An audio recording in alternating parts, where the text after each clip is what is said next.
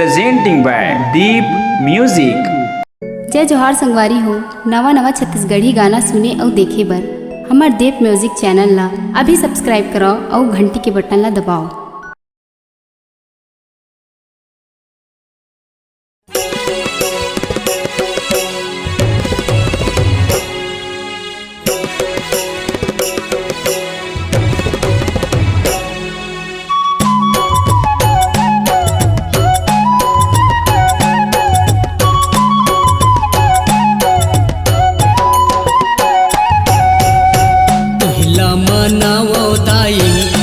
जसला गावावो पहिला मनावो दाई तोर जसला गावावो चरणन के लागो तोर पैयावो रहबे सहाई मोरे गाँव माँ हे दाई शीतल मैया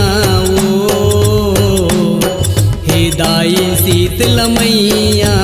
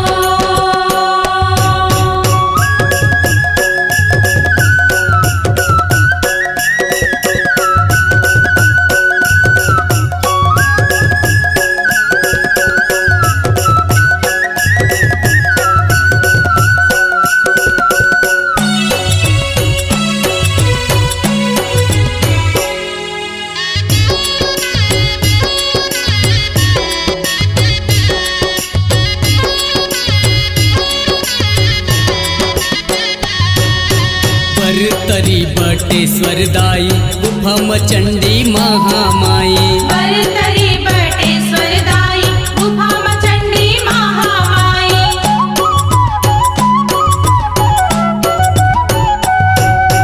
बरतरी बटेश्वर दाई गुफम चंडी महामाई बरतरी बटेश्वर दाई गुफम चंडी महामाई तोर आसन हवेलीम के छैहावो तोर आसन हवेलीम के छैहावो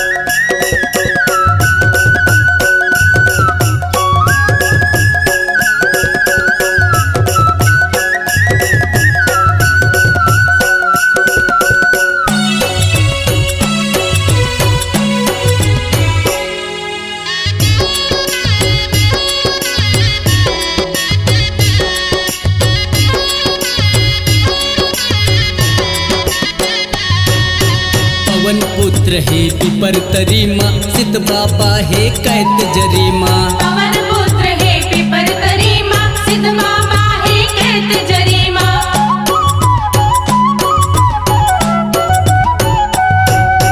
पवन पुत्र हे पिपर तरी माँ सित बाबा हे कैत जरी माँ पवन पुत्र हे पिपर तरी माँ सित बाबा हे कैत जरी माँ सब काज सिद्ध करैयाओ सब काज सिद्ध करैयाओ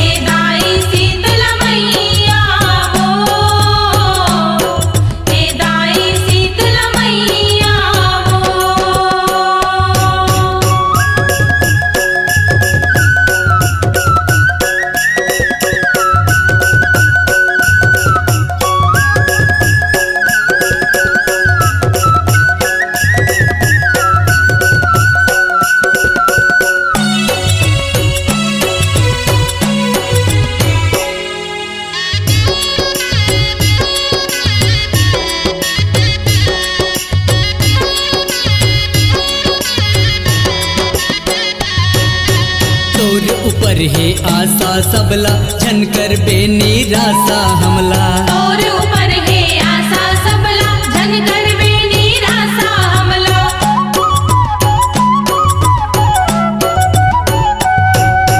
तोर ऊपर है आशा सबला झनकर बेनी रासा हमला। तोर ऊपर है आशा सबला झनकर बेनी रासा हमला। दाई शीतला शीतल करैया वो, दाई शीतला शीतल करैया वो। रही बेसहाय मोर गावा, हे दाई शीतल मैया हो,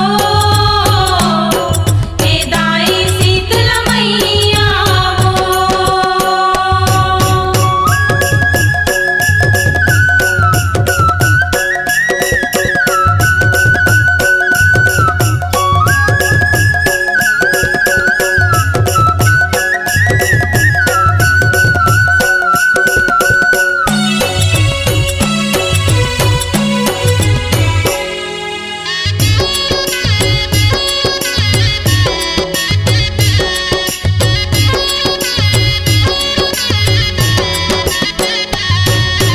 तोर आसन स्थान उदाई होगे फिर दर्शन के लाई। तोर आसन स्थान उदाई होगे फिर दर्शन के लाई।